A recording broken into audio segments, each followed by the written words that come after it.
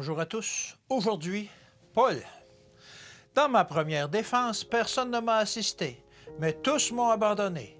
C'est le Seigneur qui m'a assisté et qui m'a fortifié afin que la prédication fût accomplie par moi et que tous les païens l'entendissent.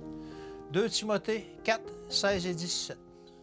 Paul devant Néron, quel contraste saisissant! Nul ne rivalisait en grandeur et en puissance avec l'empereur. Sans argent, sans amis, sans avocat, Paul avait été tiré de sa prison pour être jugé.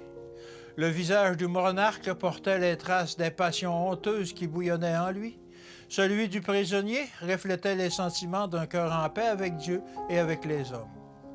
Les résultats de deux systèmes d'éducation opposés s'affrontaient ce jour-là en un violent contraste. Une vie de plaisir sans limite et une vie d'abnégation totale. Nous voici en face des représentants des deux conceptions différentes de la vie. Un égoïsme farouche qui ne trouve aucun sacrifice trop grand pour le plaisir du moment et une endurance désintéressée prête à renoncer à la vie elle-même pour le bien des autres. Le peuple et les juges avaient assisté à maints procès à l'interrogatoire de plus d'un criminel, mais ils n'avaient jamais vu un homme refléter comme Paul une paix aussi céleste. Ces paroles firent vibrer une corde sensible jusque dans les cœurs les plus endurcis. La vérité claire et convaincante détruisit l'erreur. La lumière brilla dans les esprits qui, plus tard, la suivirent avec joie.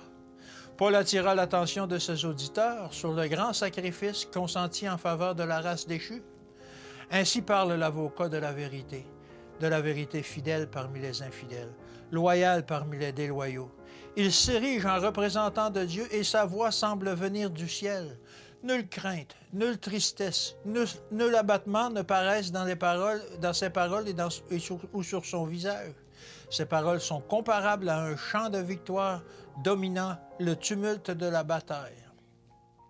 Voilà ce que dit lui-même, ce héros de la foi.